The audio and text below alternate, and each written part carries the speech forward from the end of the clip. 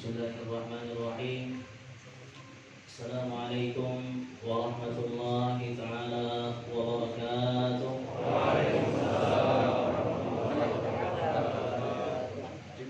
Alhamdulillahi rabbil alamin. Wassalatu wassalamu ala asyrafil anbiya'i wal mursalin Sayyidina wa maulana Muhammadin wa ala alihi wa sahbihi ajma'in. Amma ba'd. Yang sama-sama kita hormati dan kita muliakan para alim ulama, guru-guru agama, wabil khusus al-mukarram al-muhtaram al-alim al-allamah al-syekh Muhammad Nuruddin Marbu al-Banjari al-Makki hafizahullah. Kita ucapkan ahlan wa sahlan wa marhaban bi qulubikum habib. Alhamdulillah kita bisa bersama-sama kembali dengan beliau di majlis ta'lim, majlis zikir An-Najah yang kurang lebih 2007 terakhir mungkin bila 2007, jadi 13 tahun ya, beliau. Alhamdulillah, artinya silaturahim kita tersambung kembali. Mudah-mudahan harapan kita bersama, mudah-mudahan tidak hanya hari ini, mudah-mudahan nanti ada kegiatan-kegiatan kami berikutnya, ada waktu insyaallah, mudah-mudahan nantinya bisa kembali bersama-sama kita. Nah, yang sama-sama kita hormati juga para pejabat, tokoh masyarakat, hadirin wal hadirat rahimakumullah. Ulun atas nama pengurus Musalla An-Najah dan juga pedagang Plaza Beringin Buktok dan juga seluruh jamaah mengucapkan terima kasih yang sebesar-besarnya. Jazakumullah khairan katsiran. Abi berkenan bersilaturahim kembali di tempat kita. Alhamdulillah, kesenangan luar biasa bagi kita semua. Dan yang kedua, kita juga mohon ampun dan maaf sekiranya terdapat hal-hal yang kurang berkenan, baik dari penyambutan, jamuan dan segala macam. Bagi rombongan juga mungkin kita kurang adab dan segala macam. Sekali lagi ulun mewakili keluarga Butok pada umumnya memohon ampun dan maaf yang sebesar-besarnya. Masyaallah muslimin rahimakumullah, untuk mempersingkat waktu, marilah kita bersama-sama mendengarkan mau'izah hasanah, ceramah agama yang akan disampaikan oleh Al-Mukarram wal-Muhtaram Syekh Muhammad Nuruddin Mam. Kepada beliau, falyatafaddal mashkuran majuran. Sallu ala Nabi Muhammad.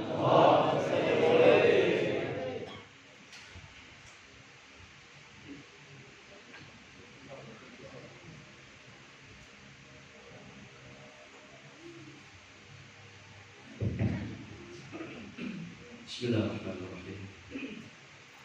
Assalamualaikum warahmatullahi wabarakatuh.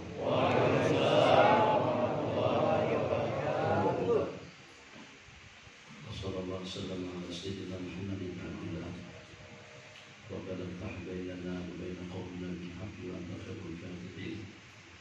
Allahumma shalli wa sallim wa barik ala sayyidina Muhammadin wa ala sayyidina asrar al-qiyam ومفتاح باب اليسار سيدنا محمد المختار وعلى الأطهار أصناف الأخيار عدد نعم الله الظالم.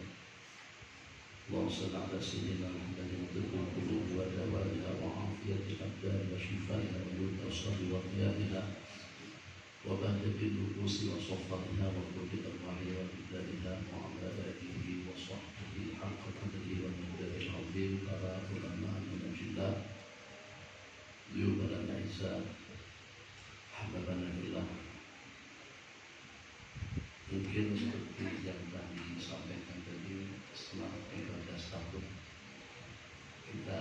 kita juga terputus hubungan dan kita tangguhkan daripada tahun ke tahun, daripada sejak tahun 2007 sampai pada tahun 2020. Dan dulu-dulu dengan kita ingat dengan posisi tidak pasti, dulu sebelah mana, sebelah sana, sebelah sini, tapi yang salah pastinya setelah program maghrib kita turun isya sampai pagi. Setelah sampai ke sini makan dulu, setelah makan program, nanti letak program makan lagi. Itu yang belum masih ingat dengan bentuk.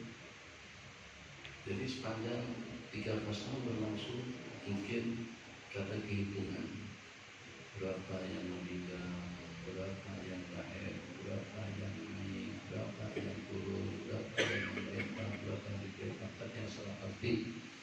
Alhamdulillah. Dan walaupun dengan kami datang kemari tadi malam bertemu pada jam 3-an atau kadang jam 2-an waktu di sini ngobrol minum dengan kawan-kawan, istirahat kira-kira dalam lebih kurang dalam 1 jam, hingga sampai 1 jam. Jadi bahasa kita masih gini-gini bagaimana subuh dan itu udah kira subuh pukul 7 menit sampai baca surah pun salah subuh tadi. Coba kadang-kadang salah subuh tadi. Karena mata kadang mengantuk, nanti goyohan. Oke. Jadi mungkin pada pagi hari yang berbahagia ini belum ingin mengungsikan hikmah dan rahasia hadis yang diriwayatkan Allah berkati umatnya di bukuri. Ya Allah, berkatilah umatku pada pagi hari mereka. Di mana dengan perimpanan yang seperti ini dan juga dengan peluang dan kesempatan, tidak ada perbedaan antara hari dengan hari. Apakah itu pada hari Sabtu, Ahad, Senin, Selasa, Rabu, Kamis, yang dengan satu persatu daripada putaran waktu yang seminggu itu rupa-rupanya, kecuali hari Jumat itu terkait dengan hitungan As-Sabt, Al-Ahad, Al-Isnin, bermula daripada hari Al-Ahad, daripada wahid hanya satu, Al-Isnain artinya 2, As-Sulasa Salasa yang 3, Al-Arbi'a artinya 4, Al-Khamis artinya 5. Tapi ternyata pada waktu kita masuk pada angka yang ke-6 itu adalah Al-Jumu'ah. Kenapa Jumat tidak ikut waktu? 1, 2, 3, 4 sampai pada Khamis 5. Kenapa dengan hari Jumat itu lain daripada hari-hari yang lain? Ini pertanyaan yang perlu kita lakukan. Masya Allah, tabarakallah. Dengan perputaran waktu yang seminggu tadi itu, rupa-rupanya di antara daripada hikmah yang tidak ada berbeda pada Nabi kita lahir di bulan Rabiul Awwal. Kenapa tidak pada bulan Rajab? Kenapa tidak di bulan Asyurul Hurum? Kenapa juga tidak pada bulan Ramadan? Supaya jangan sampai dengan kemuliaan yang ada dengan baginda, Nabi kita tidak perlu menumpang kemuliaan kepada waktu atau kepada tempat. Justru waktu yang akan menjadi mulia, tempat itu akan menjadi mulia, dan juga dengan para al-ashab. Gimana dengan mereka sehingga sampai menjadi kumpulan yang teristimewa. Sebutan dengan sebutannya kita sebut dengan para awliya, al-akhyar, al-nuqaba, al-abdan, atau juga dengan al-aqtab, al-ghaus, sekalipun kutbul aqtab yang disebut dengan al-ghaus, rentetan nama satu persatu daripada para kekasih-kasih Allah jada-jadalu, itu tidak ada satupun yang menandingi maqam salah seorang daripada sahabat. Tapi maqamus sohbah itu lebih tinggi daripada jami'ul maqaman, lebih tinggi daripada jami'ul maratib wal rutbah. Jadi rutbah yang seperti apa saja, kedudukan yang seperti apa saja, kemudian yang seperti apa saja, tidak akan ada yang menandingi martabatu as-sohbah, rutbatus sohbah, yang pada itu dengan seseorang itu menjadi sahabat baginda Rasulullah SAW, yang terjamin dengan keampunannya, yang terjamin dengan husnul khitamnya, yang terjamin juga dengan surganya. Itu sebagaimana dinyatakan di dalam Al-Quranul Karim, wa kullu wa'adallahu husna, masing-masing daripada para sahabat Nabi, baik di kalangan mereka yang masuk Islam sebelum penaklukan kota Mekah atau juga setelahnya, baik di kalangan kaum Al-Ansar atau juga dengan muhajirinnya, bulan masing-masing sahabat rataan wa'adallahu husna, telah Allah janjikan surga untuk mereka. Makanya dengan ulasan atau dengan penjelasan statement daripada para ulama sejak daripada salaf menyusul dengan ulama-ulama salaf yang setinggi-tinggi martabat, yang posisinya setelah martabatin nubuwah wa risalah, kita adalah martabatus sohbah, para nabi-nabi dan rasul yang pertama. Kemudian dengan pula sohbah yang kedua, sohbah tadi yang walaupun cuma sudah dilihat oleh kita, asalkan beriman dan percaya akan mendapatkan kedudukan yang istimewa tersebut. Dari mana kira-kira kemuliaannya? Kenapa sampai jadi mendapatkan keampunan? Kenapa dengan kita mendapatkan jaminan surga? Abu Bakrin fil jannati wa Umar fil jannah wa Utsman fil jannah wa Ali fil jannah. Ada 10 yang nanti kita sebutkan dalam satu rentetan yang sama. Sayyidina Abu Bakar dari ahli surga, Sayyidina Umar masuk surga, Sayyidina Utsman masuk surga, Sayyidina Ali ahli surga, Sayyidina Talha ahli surga, Sayyidina Zubair ahli surga, Sayyidina Sa'd bin Waqqas ahli surga, Sayyidina Zubair bin Awwam, dan juga dengan Sayyidina Abdurrahman bin Auf, kemudian juga dengan Sayyidina Abi Ubaid, Sayyidina Abu Amir bin Jarrah, Abu Ubaid Amir bin Jarrah, kemudian dengan Sayyidina Sa'd bin Zaid. 10 orang sahabat disebut dengan al-asyara al-mubasysyirin bil jannah.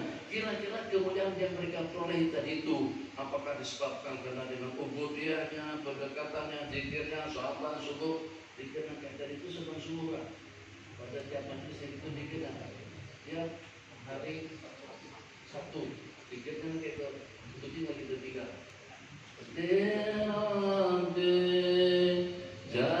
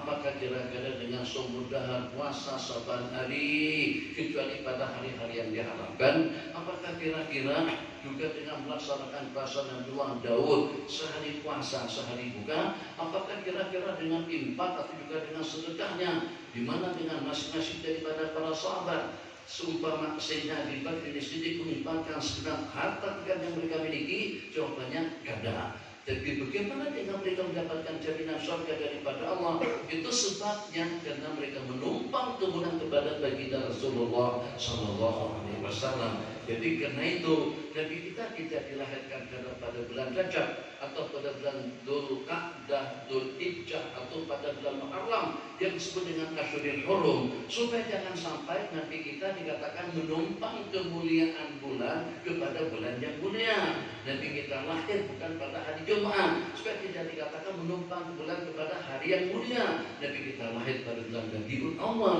yang sehingga dengan Rabiul Awal itu menjadi mulia karena menumpang dengan hari kelahiran baginda Rasulullah Sallallahu Alaihi Wasallam. Makanya itulah kisahnya hari yang seminggu tadi itu, dengan Ahadnya itu berarti wahid, dengan Isnanya berarti Isna dua, dengan Sulasanya berarti salas, dengan Arba'anya berarti arba'ah, dengan Khamisnya berarti khamsah lima. Jumat ada hubungkannya dengan angka. Kenapa? Jadi ya Jumat sebab aku hendak menumpang dengan kemuliaan kalian pada angka. Justru angka yang akan menumpang pada kemuliaan hari Jumat. Ini diantara daripada suatu bongkai yang dengan kita berkumpul pada hari yang mulia ini, dan kita doakan kita mendapatkan doa barakah, keberkatan bukan hanya pada hari Ahad, keberkatan juga dengan hari Sabtunya, dengan hari Jumatnya. Dan bagaimana keberkatan yang Allah anugerahkan kepada kita, sanggup untuk memotivasi hati, sanggup untuk memberikan satu rangsangan dan dorongan kepada kita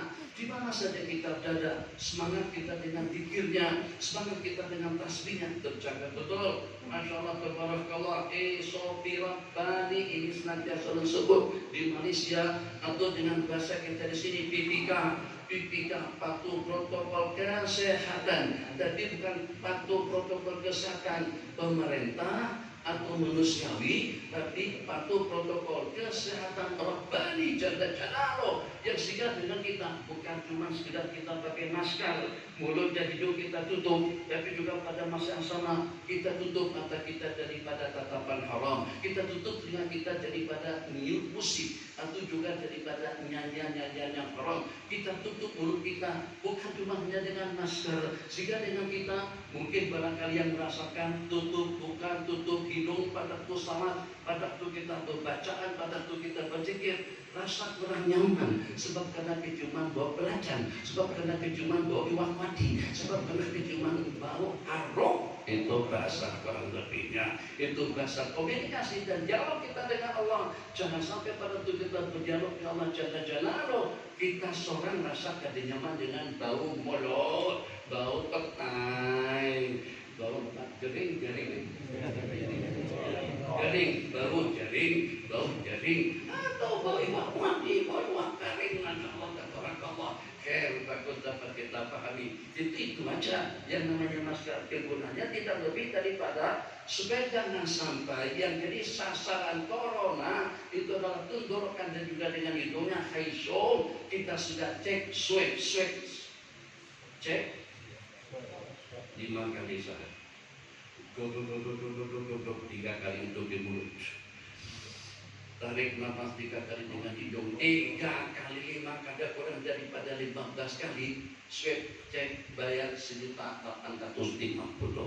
Nah itu hikmahnya kita suruh umur namanya Pak Mapa, namanya al-istinsyaq, yang pada itu dengan kita melakukannya. Dulu kita tidak paham. Wah ini baru kita ngerti, oh itu yang hebatnya. Kenapa dengan kita disuruh bertumur-tumur? Kenapa dengan kita disuruh beristinsyaq? Supaya sasaran utama daripada corona dia akan masuk dari mulut dan juga akan berdiam di tenggorokan dalam beberapa jam sebelum merembet masuk ke dalam tubuh. Rupa-rupanya penangkal agar bagaimana kita terantisipasi daripada corona atau daripada COVID-19 itu sejak sebelum kita dilahirkan, sebelum 10 tahun, 1000 tahun, 1500 tahun yang sebelumnya sudah ada bimbingan yang seperti itu daripada agama kita, daripada Sayyiduna Rasulullah SAW. Tapi yang walaupun kita pakai masker, masih kita bisa berdusta, kita masih bisa mengopah, kita masih bisa mengadu domba, kita masih bisa nipuin orang, kita masih bisa mencerca dan juga mencaci. Tapi pada waktu kita dengan PPK atau PPK sini kan lagi PPK Robbani juga bukan cuma sekedar tutup mulut daripada dulu, tapi juga tutup mulut daripada mencerca, mencaci, berdusta, mengopah dan juga dengan perkara-perkara muka seumpamanya luar biasa. Jaga jarak, kita jaga jarak pada waktu sembahyang saja. Tapi dalam Islam kita suruh jaga jarak kamu daripada zina, jaga jarak kamu daripada muharramat, jaga jarak kamu daripada kabairat dzunub, jaga jarak kamu daripada perkara-perkara mungkar, perkara-perkara terkutuk, perkara-perkara yang dilaknat, yang dibenci oleh Allah Jalla Jalaluh. Apa artinya? Dengan tangan dicuci lagi. Tangan kita orang Islam subuh tadi sudah kita cuci, sudah kita basuh, kadang kurang daripada dalam 21 kali. Tetap di sini belum dituangkan, karena kita ditutup rabu hitungannya supaya dia tidak terlalu takutan taraweh. Kalau ada bupati, misalnya ada bupati kita, kalau seandainya ada aparat polisi, ya kita duduk rapat dan gini. Jadi dengan kita dikatakan tidak paham, tidak patuh dengan protokol kesehatan. Tangan dicuci dulu dengan kemusnahan, cuci basuh paling kadang dengan sabun. Ya Arhamar Rahimin, berapa garantian membasuh tangan dia, mencuci tangan dia tiap hari? Ya mungkin pada waktu kita masuk ke mall, mungkin pada waktu kita masuk ke restoran, atau mungkin pada waktu kita masuk ke rumah sakit, mungkin pada waktu kita masuk ke masjid. Di Malaysia masuk masjid, 1, cuci tangan, yang 2, pakai masker, yang 3, suhu badan, yang 4, catat ngaran supaya tahu mengesan siapa tadi yang patuh dan jam berapa kita masuk, detik kita masuk juga dicatat. Kalau kadang patuh dengan SOP, bahasa sana SOP, kalau kadang patuh kita akan dikenakan saman denda sebesar Rp1.000, 3.500.000.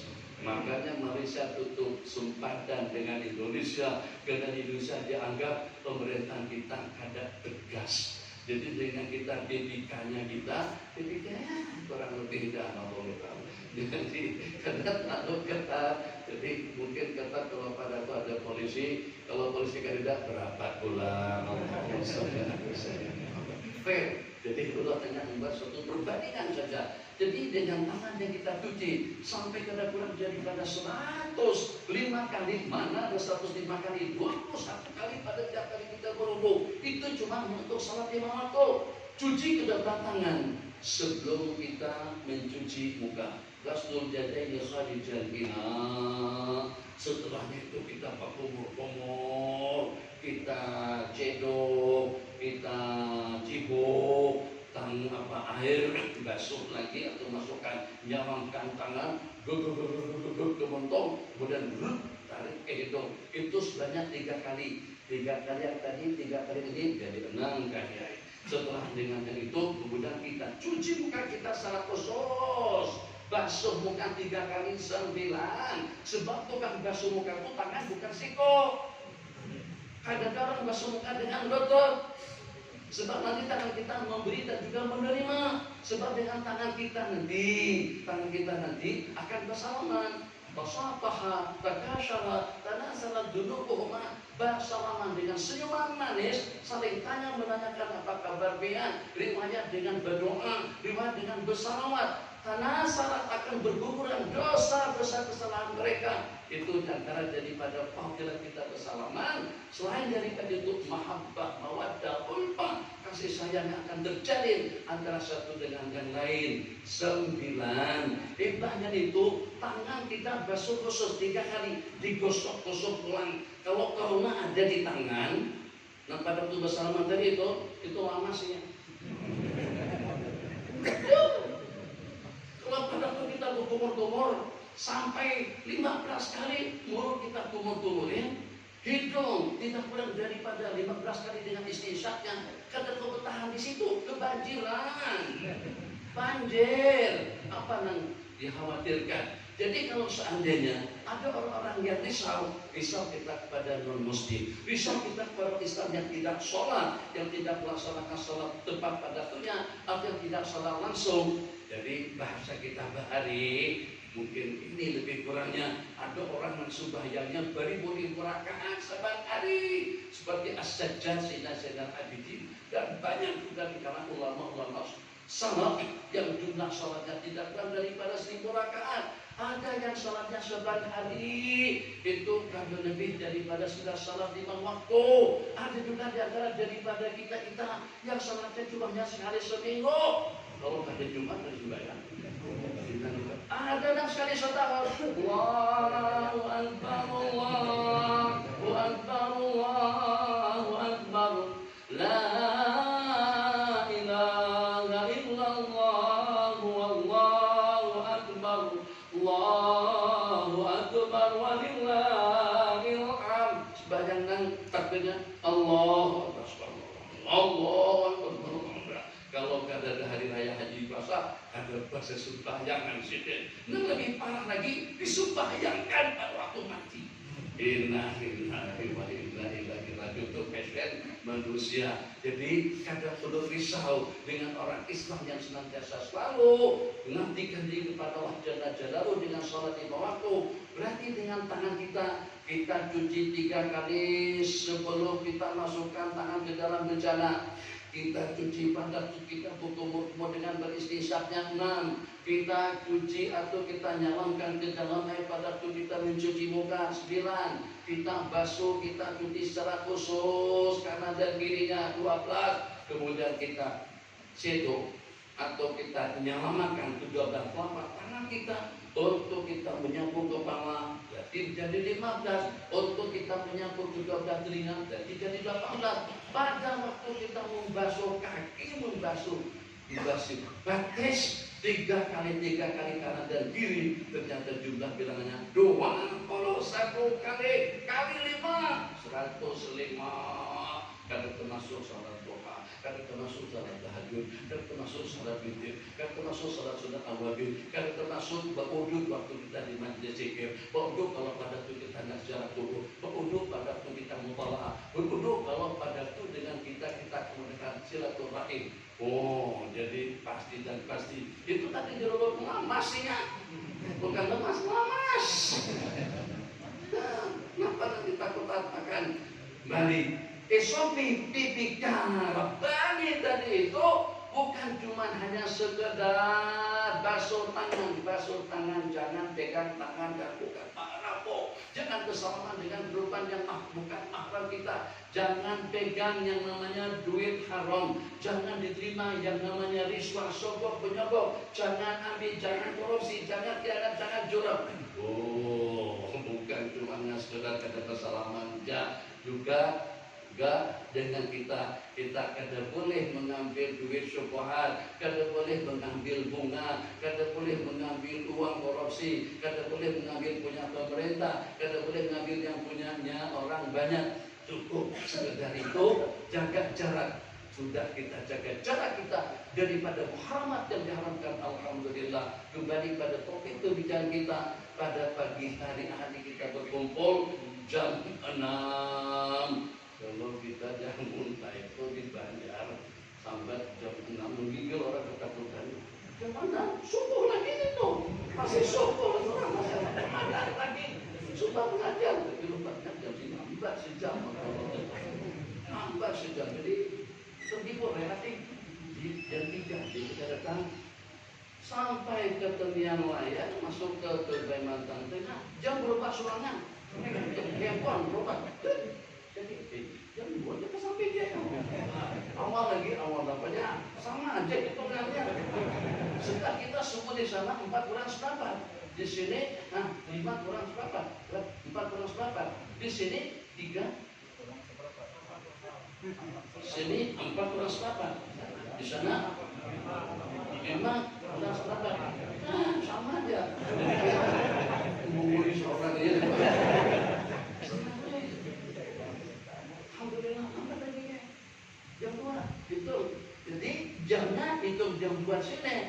tapi gurihnya itu gurih di sana. 2, subuhnya 5, berarti ada 3, 4, kelima 3 jam kita mau istirahat. Tadi malam kalau sampai sejam ya, biar orang lambat tapi cepat. Nah, itu bekerja lambat waktunya tapi cepat subuhnya. Tarik umat di Pupurihin, mudah-mudahan ada satu perkara penting yang walaupun perkara kecil daripada barakah. Belum sebutkan beberapa hadis yang berkenan dengan barakah, tapi kita bersabda al-barakatu ma'a akabirikum. Keberkatan itu bersama orang-orang yang berumur, bersama orang-orang yang tetuha kita, sesepuh kita. Jadi kalau seandainya dengan mereka mungkin tidak ada pemberian yang diberikan, tidak ada nasihat yang disampaikan, tidak ada bimbingan yang dikasihkan, cukup kebersamaan kita bersama mereka itu sudah jadi asbabul barakah dalam kehidupan kita sehari-hari. Sebab Nabi kita jadikan seperti itu.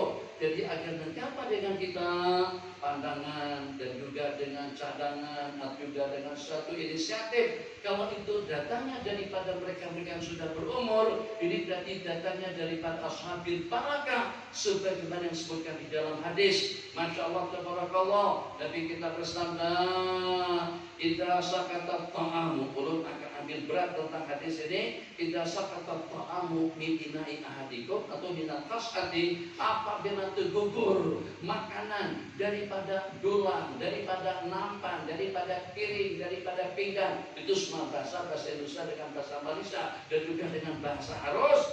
Apabila tergugur makanan daripada piring ikan, bagi kita bersabda, fal yumit huma bihi minal adha sumaliat kulhu wala yaqrabu lisyaitan fa innakum la taduna bi ayyi ta'amikumul barakatuh fal yunawilhu.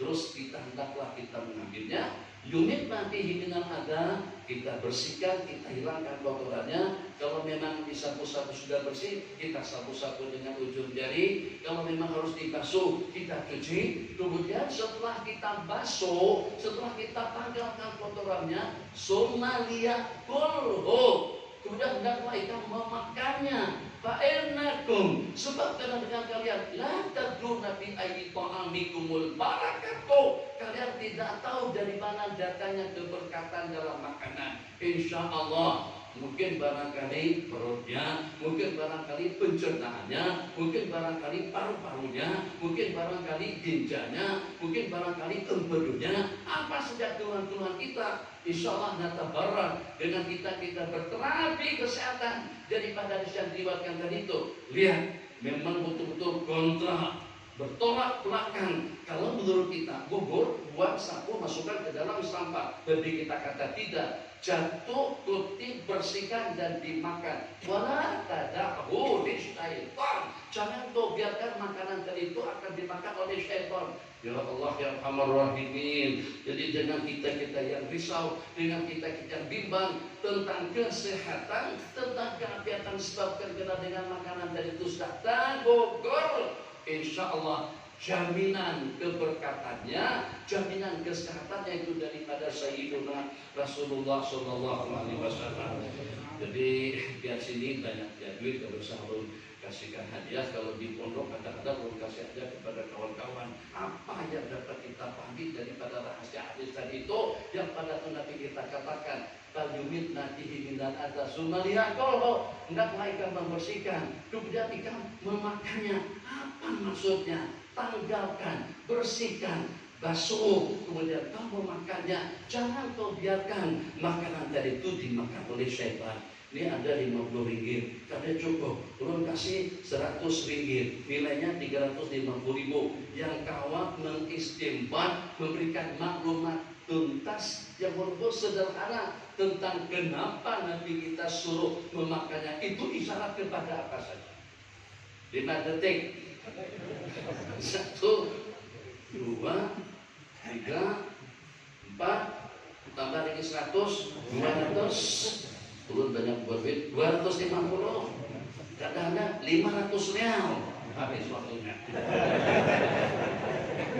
Kenapa kita ada yang tahu habis betul. Oke, masuk ke dalam, jadi ngasih hadiah, sebab jadi Jadi nina kita kada terperhatikan. Soge kada soge, alim kada berbeda, sebab ini adalah bimbingan dan panduan daripada baginda Rasulullah Sallallahu Alaihi Wasallam, bukan daripada orang tabligh, bukan daripada jamaah dakwah, tidak. Tapi kita bersabda, bal yatanawanhu, ambil numin humatih dan ada dibersihkan. Somalia kolho. Kalau dengan nanta gugur, kalau anak tidak baikkan aja loncat dari itu. Kalau dengan nanta gugur aja, Ustaz Sabani nanta gugur aja di kote, apalagi yang ada di dalam piring, jangan dibuang. Rasanya itu isyaratnya di situ. Kada tersalah itu apa yang lagi kita jadi, justru itu keberkatan akan kita dapatkan. Kalau nanta gugur aja diambil dimakan, apalagi yang ada di piring, apalagi yang ada di nampan, apalagi yang ada di mangkok, atau juga dengan sisa-sisa. Enggak cara kita makan ini diantara daripada surah yang kita abaikan, yang sehingga dengan kita makan kita seperti apa? Mantang-mantang lauk banyak. Di sini ada kuah rais, ada bahung, ada putriu, ada keruan, ada sapasian, ada TV, ada lagi TV susah dapat TV bayar. TV itu sudah habis dapat turunannya. Tamat pada tahun 2007 yang dulu tuh susah dapat. Ada TV, nggak ada dapat TV lagi. Apa ada lagi? Cucunya aja nggak ada. Jadi kita makan aja Pak, karena kita makan pengantinan, karena kita makan tumpah orang, karena kita dijamu, maka makanan serba lengkap. Dan di piring pun masih belum habis, sudah ada penambahannya. Selalunya ikan nila, inilah angkat, nila goreng, nila kipas. Memang di siangnya, tapi untuk seperti kipas. Masya Allah, tabarakallah. Jangan kada habis. Jadi jangan gaya soge kada soge, yang kalau patut di rumah sampai tulangnya pun juga kemakan habis. Greget tulangnya. Kucing. Jadi kita cing aku bilang apa ini. Maksudnya itu bagian dulu. Jangan dihabiskan gitu. Sampai 3 kalinya protes. Nyaring gitu. Maksudnya jangan dihabiskan. Tapi pada waktu kita makan dengan orang banyak bergaya gitu. Bahasa terang Malaysia belagak kita berpirangka. Kayak kepala dulu kepala gerg tulang siripnya pun dimakan gerg. Jadi pada tuh makan di tempat pengantinan, makan pada waktu kita di majelis tadi, masya Allah banyak lagi dagingnya. Kenapa kada dimakan?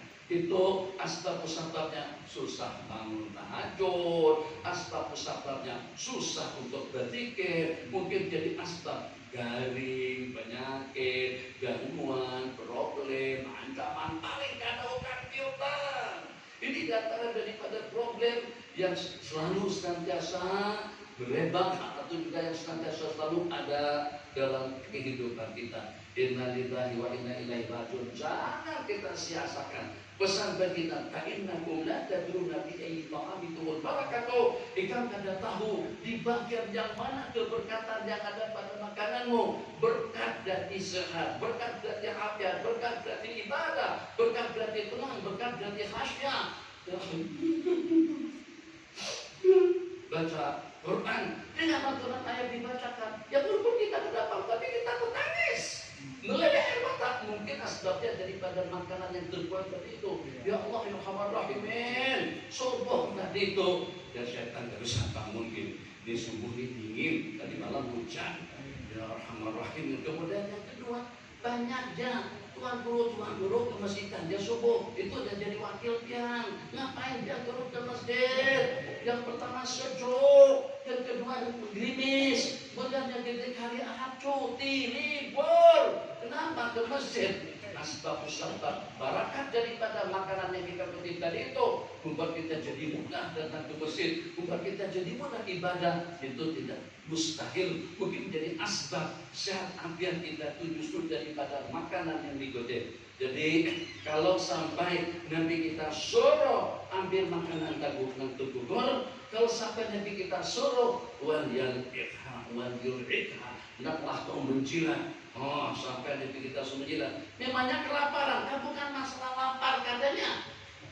masalah nih yang tersisa di sini, masya Allah, cumur. Kita lalu Sarawak, lalu kaca itu, atau pada waktu kita makan itu tempat kandangan, itu dia makannya yang paling asik itu kalau berkacau.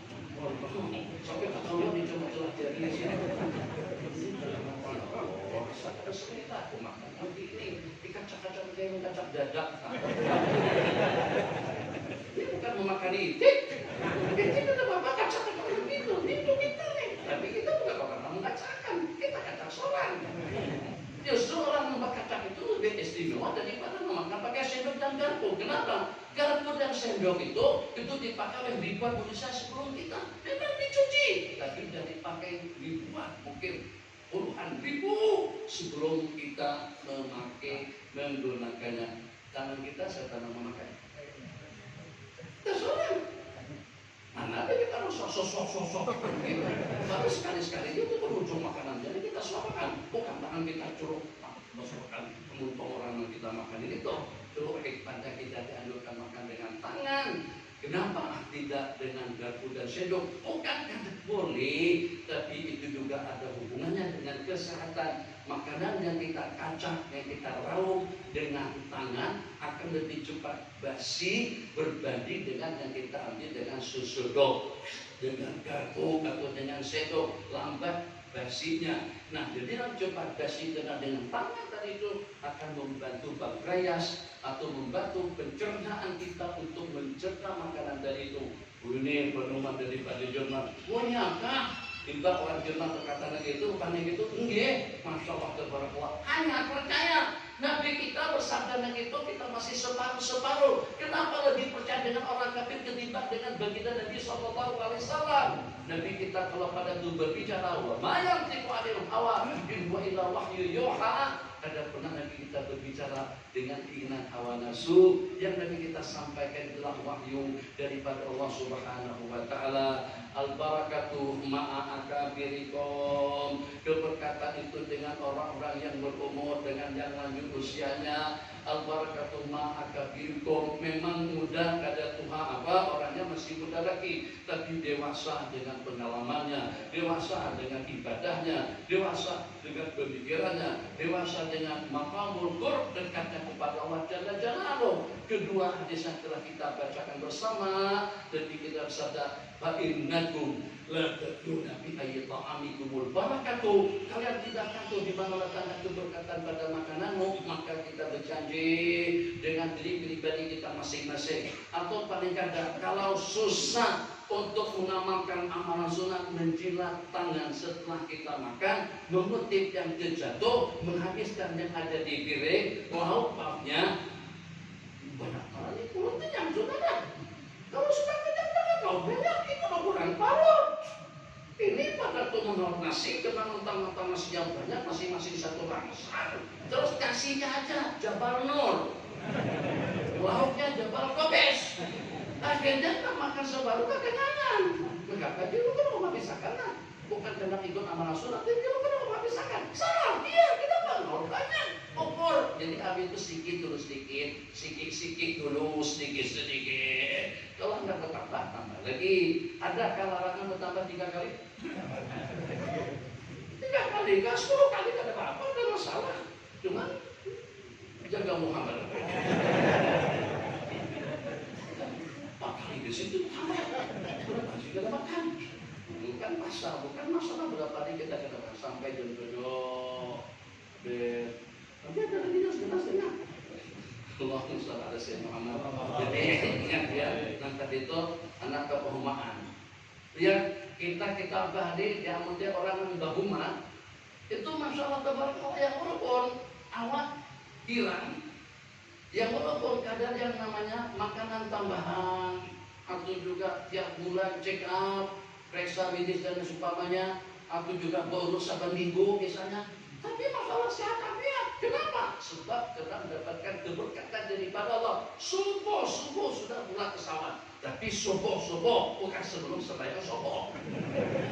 Ini kalau urusan kantor sebelum sembahyang subuh, bukan itu maksud Nabi.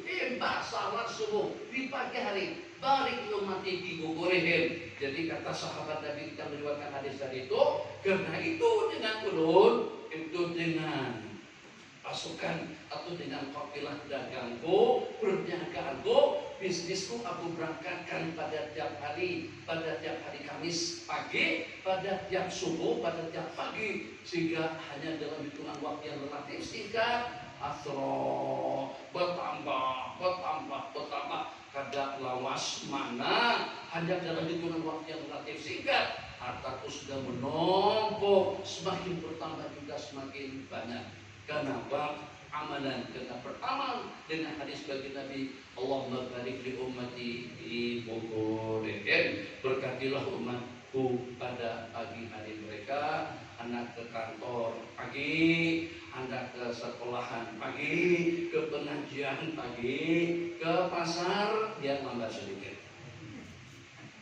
Sebab perbedaan pasar, nanti kita bersabda orang yang pergi ke pasar pada pagi harinya itu nanti dia akan bersama dengan setan yang sedang membawa bendera untuk meringankan beda dengan orang yang pagi-pagi ke masjid dulu. Kenapa Pak pagi sedikit tapi ke masjid yang kita tinggalkan? Pastikan kita dapat melaksanakan salat subuh secara berjamaah, buka warung sesubuh mungkin. Kenapa? Nama itu yang pertama, untuk memberikan kemudahan kepada orang membelanja di waktu pagi. Nah, hendak menukar ontok, nah hendak menukar amparan tatak, nah hendak menukar pinggar, nah hendak menukar resoles, tusobong. Kalau kita buka jam 10, jadi berarti kadang-kadang kalau orang untuk orang sahabat pagi, ya yang seperti itu dapat pahala. Maka Allah banyak yang bisa kita tumpangkan dari asbab kebajikan kepada kita seberataan.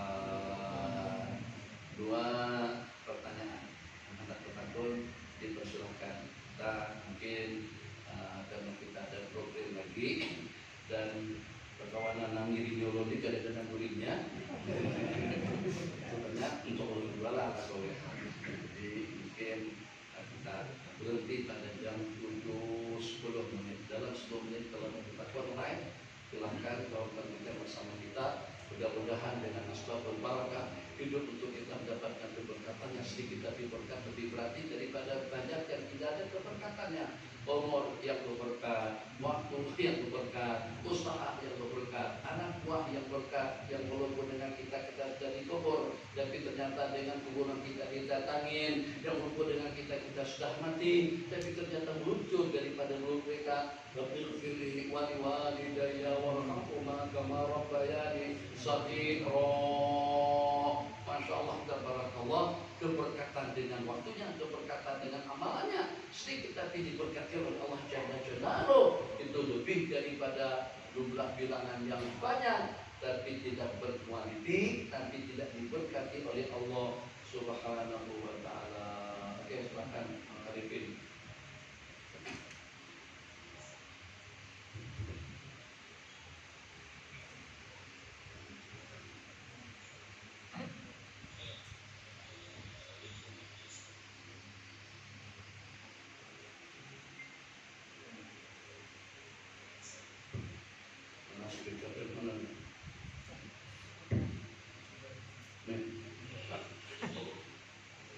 وقت التحريم للصلوات يعني كم تتخذ خاصة بعد المغرب وبين المغرب والعشاء أحيانا لا يكفي فممكن يؤخره حتى على أذان العشاء. بعضهم يرى يعني أذان هذا العشاء أن وقت التحريم وقت صلاة المغرب هذا غير موجود، أنه موجود يعني يجوز صلاة المغرب وقت الجواز إلى دخول أذان وقت أذان العشاء. الذي يعرف أنه يكون وقت المغرب ينتهي بمغيب الشفق على قول جديد الشافعي وبقدر 5 ركعات في المذهب القديم. لكن بعضهم أنا أستطيع أن يؤخر العشاء يعني فيجوز أن يصلي المغرب أو يأخر المغرب إلى الشيخ توضيح هذا الأمر وكذلك بقية الأوقات وبقية الصلوات الأخرى. جزاهم الله خير وجزاكم الله خير. بارك الله فيكم. السلام عليكم أو بالدقيقة كم دقيقة بين الصلوات ويوجد فيها وقت التحريم بعد وقت الجواز والكراهة. السلام عليكم. Waalaikumsalam. Jadi yang diterangkan oleh saudara kita Syekh Sudianur mungkin berada di Cibinong, di Bogor, tentang waktu tahrim maghrib. Jadi apakah kira-kira pada jam sholat di waktu yang kita laksanakan pada waktu tahrimnya? Jadi kita tahu waktu tahrim itu adalah pada waktu kita selalu melaksanakan salat subuh dalam rangka menjelang sampai terbit matahari dan sampai matahari terangkat dalam ukuran sepanjang tombak.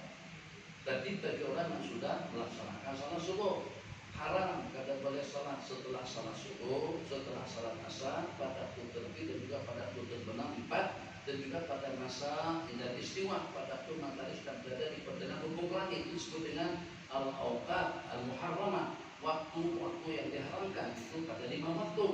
Sementara pertanyaan yang ditakwanakan tadi itu ada dengan sebagian yang mentakhir sholat maghrib sampai dekat-dekat adzan isya. Apakah boleh dengan kita tangguhkan sholat maghrib sampai dekat-dekat adzan isya? Yang pertama, dalam masalah waktu maghrib kita ada dua pendapat. Pendapat Al-Qadim dengan pendapat Al-Jadid sebagaimana tadi disebutkan. Ikut pendapat Qadim, waktu sembahyang maghrib itu akan berakhir setelah tenggelam matahari, maghrib masuk, kemudian dengan hitungan kita sholat 5 rakaat, 3 rakaat dengan sholat fardunya, 2 rakaat dengan sholat sunatnya. Berarti setelah berakhir kita melaksanakan hitungan 5 rakaat, waktu maghrib sudah habis dan sudah masuk pada waktu isya. Ini pendapat Al-Qadim daripada Imam Asy-Syafi'i rahimahullah. Pendapat yang kedua dan ini yang muhtamad, waktu maghrib itu berkepanjangan sampai pada maghrib asyafaqil ahmar. Daripada sejak terbenam matahari sampai warna kemerah-merahan di langit itu hilang. Jadi kira-kira kalau seperti kita di Banjar, kira-kira dalam jam 7, kira-kira di Banjar maghrib jam 6.30, kira-kira isyanya tuh kurang lebih dalam jam 7.45-an, lebih kurang seperti itu. Di sini kan hitung sholat, hitung jam itu sebelum jadi camuk jadinya. Itu pada waktu sini sejam, sini 2 jam. Jadi kita perbedaan waktu, kita di Indonesia ada 3 waktu. Jadi itu yang terbukti karena kita ini terlampau panjang. Negara yang paling panjang dengan perbatasannya yang paling panjang dengan ukuran lebarnya itu adalah Indonesia. Daripada Sabang sampai ke mana? Itu dari ujung ke ujung saja penerbangan kita mungkin ada kurang daripada dalam 4 jam. Kita terbang daripada Jakarta ke Medan sudah dalam 2 jaman, sampai ke Aceh itu hampir dalam 4 jam. Kita tuh dengan 3 jam setengah jauh. Nanti apa kalau daripada ujung ke ujung mungkin sampai pada 5 jam baru kita sampai. Hampir setengah kita pulang ke Mekah. Itu panjangnya batasan antara ujung-ujung negara kita. Bukan itu. Jadi dengan waktu tadi itu berakhir pada waktu hilangnya asyafaqul ahmar, kemerah-merahan di langit, berarti waktu isya sudah masuk. Jadi kayak apa hukumnya? Seseorang yang mentakhir maghrib tadi itu sampai dekat waktu isya, apakah hukumnya boleh atau nanti apa? Apakah itu berada pada waktu tahrim? Jadi ulama membagi yang waktu salat itu kepada 3. Yang pertama waktu al-fadilah, waktu afdal kita melaksanakannya itu setelah adzan berkumandang dan juga dengan mikdar kita melaksanakan salat qabliyahnya. Itu awalul waqti ridwanullah. Permulaan waktu itu adalah ridhanya Allah, wa akhiruhu afdullah. Penghujungnya itu merupakan keampunan daripada Allah. Jadi yang pertama yang disebut dengan waktu fadilah, waktu yang ada fadilah dan juga keistimewaannya, kita tergolong dalam kumpulan sebaik-baik amalan umatku as-salatu fi awali waktiha, melaksanakan sholat pada awal waktunya. Kedua, waktu jawas. Waktu boleh kita melaksanakannya.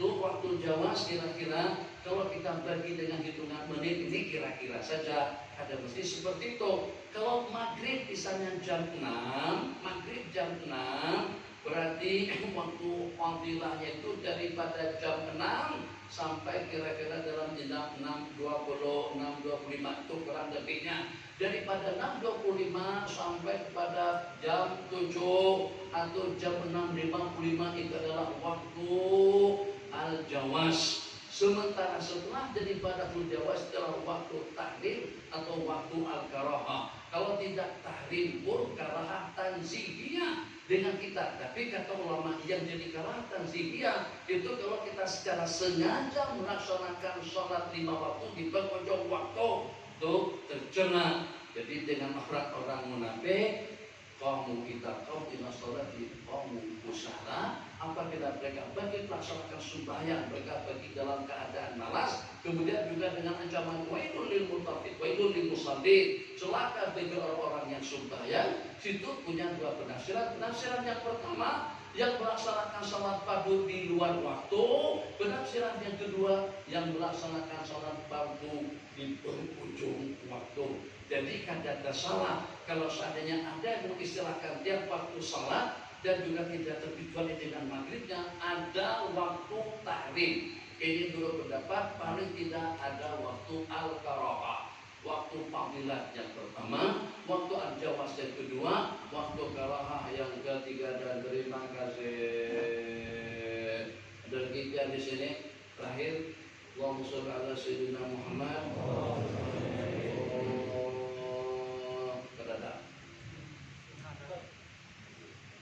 Ya. Wassalamualaikum warahmatullahi wabarakatuh. Berapa juta atas jual beli dapat kalau barang original biasanya barangnya itu pada 100 S dan bisa ditransfer itu barang metal atas jual beli kayak apa Angkat original kayak apa? Duit sudah kita. Waalaikumsalam warahmatullahi wabarakatuh. Kita transfer duit lalu dikenek. Dia kasihkan kita nomor rekeningnya, kita langsung transfer. Dan juga dengan barang dikirim daripada gudang atau daripada tokonya, daripada Cina kemari.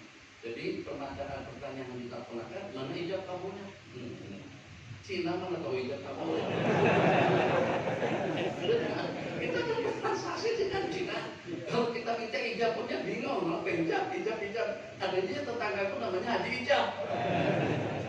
Jadi Cina ada ijab kabul. Makanya adanya 4 mazhab itu memberikan kelonggaran kepada kita dalam masalah transaksi jual beli secara khusus. Jadi kalau dalam mazhab kita mazhab Imam Asy-Syafi'i rahimahullah taala yang kita perlu ijab kabul, nah bertukar dengan harga sekian, ulun jual dengan harga sekian. Itu kalau barang yang mempunyai nilai bolokas, mesin cuci, sepeda motor, kemas itu kita dengan ijab kabul. Nah tolonglah juallah, nah berbarilah anak jual siapa hitungannya, untuk hari berapa jumlah bilangan hitungannya. Tapi jangan itu nanti terpisah antara ijab dan kabul. Belum jual sekian untuk hari, jangan belum jual sekian, terima kasih untuk hari. Itu ada jadi ini gitu. Sama jual pernikahan.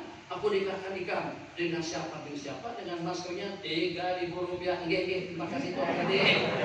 Hanya diterima, kada sah, harus ada kada berpisah, kada pasal, harus ijab dan kabul itu secara langsung. Satu. Yang kedua dalam mazhab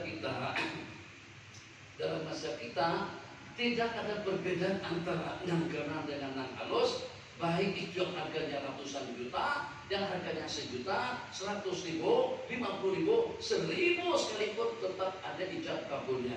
Jadi pembelian secara mu'affaq, ambil barang serahkan duit, dengan kita makan, sistem layan sendiri. Jadi dengan kita kau nasi sesuka kita, pilih lauk sesuka kita, turut dilihatin oleh yang punya restoran, dia dicatatnya, ada ijab kabulnya pada itu. Kita makan dibantu untuk kita makan, sudah dikatakan letakkan resepnya di sini, tulisannya 135.000. Nah kita bayar, tidak ada ucap, kita juga kada berpadel. Itu mengapa kira-kira? Kalau kita ikutkan kepada pendapat yang mengatakan wajib ijab dan kabul, berarti dengan kita makan makanan haram atau paling tidak makanan syubhat. Dan juga dengan sebaliknya menerima syubhat karena berita itu bukan daripada dasar ijab dan kabul. Satu, ada pendapat mengatakan secara mutlak ijab kabul itu ada perlu yang penting gitu. Innamal bai'u an taradin. Jual beli itu yang penting kita berestui kita merintahi. Kalau kita sudah akur dengan harganya, ini juga akur dengan permintaannya. Kita dengan barang yang mana dengan harga sekian duit. Dia mau dengan yang bakal akan kita serahkan, kita juga berkenan dengan barang yang kita beli, itu sudah memadai. Asalkan tidak ada unsur paksa daripada mana-mana pihak, tidak ada unsur paksa daripada kedua belah pihak. Satu. Kemudian yang kedua, pendapat yang kedua, wajib ijab kabul kepada segenap macam bentuk transaksi yang berhubungan dengan barang yang harganya Rp5 sekalipun. Pendapat yang ketiga terhadap barang-barang yang harganya lebih daripada sekian yang kita anggap larang, yang kita anggap mahal, tinggi dengan nilainya, itu kita ijab kabul. Maka dengan pendapat yang tadi itu ikut pendapat jumhur ulama kadang perlu ijab kabul. Ijab kabulnya masukkan duit. Yang kedua, tekan tumbuhnya Pepsi, Coca-Cola, Melo, teh, atau juga dengan spana, tekan, betul, jatuh. Coca-Colanya gugur, itu ijab kabulnya. Ada dapat yang memberikan itu. Nah masalah ini, mesin ini kada paham-paham. Membuat yang ada masalah. Ada masukkan duit 5.000, baliknya duit kita. Tekan dulu, ada keluar. Mungkin juga rusak barangkali. Oke, nanti tambah 5.000 pulang. Tariknya duit kita. Tekan lagi tunggu. Coca-Cola, kada keluar juga. Oke, sekali lagi 3 kali itu. 3 kali itu. Masuk. Tariknya duit kita. Tekan teh panas. Kada keluar juga. Sepak, bantuan. Keluar sebelah. Itu orang sabar dapat banyak. Kada boleh. Kalau gugur sebelah tahun ambil 3 dengan yang itu selebih tapi kita kada boleh ambil. Jadi jangan sampai itu dendaannya itu untuk pancak itu. Kena terang seperti ikan gegil kata orang Kristen seperti ikan gegil. Bahasa kita bandal ya bandal. Dengan aku kada boleh. Cukup sudah jam 7:04. Ya, insyaallah. Terima kasih Tuhan guru kita keberkataan.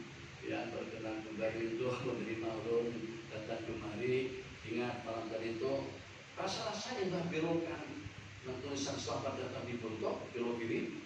Dulu sih ada lama rasa jauh. Dulu tak boleh mau begitu. Jadi kita rasa bukan mata sudah dikatakan masjid. Ingatan itu masjid seberang di terus hari Jumat sama-sama aktif sini. Wa'abah sini. Allahu Muhammad itu bersembahyang nah jadi orang untuk ini saya ada ada dari pikiran saya situ jadi kita lihat aja sama-sama aja tujuannya sama baik yang namanya Muhammad yang juga kaum tua sebenarnya benar masuk surga jadi kalau sama kelahiran ikan itu selera ikan kalau ikan cepat keluar harus cepat balik sekarang ada curiga dengan kita jangan sekedar di masjid Al-Munawwarah masjid yang di sebelah ini itu selesai sholat dicabut ke sholat saya cabut langsung keluar kabur nah kadang-kadang kenal kita nah itu Rabbani Muhammad ya dari itu kok kan ada jadi kaum muda sudah ada kenapa sebab orang semuanya keluaran daripada kita sholat di masjid Munawwarah terus kita keluar berdahulu ini bawa ajaran hanya dulu cukup jadi sini alhamdulillah sebarkan sudah bagus dan banyak orang harus juga banyak orang namun tak ini dihargai mana tidak pun coba tidak dihargai sama aja subhanallah wa bihamdika asyhadu an la ilaha illa anta astaghfiruka wa atubu ilaik Allahumma ja'alna mana hadina Rabbana min ba'di tafarruqa ma'suma wa la hawla wa la quwwata illa billah alamin. Wassallallahu ala sayyidina Muhammad wa ala alihi wa sahbihi walhamdulillahi rabbil alamin. Wassalamualaikum warahmatullahi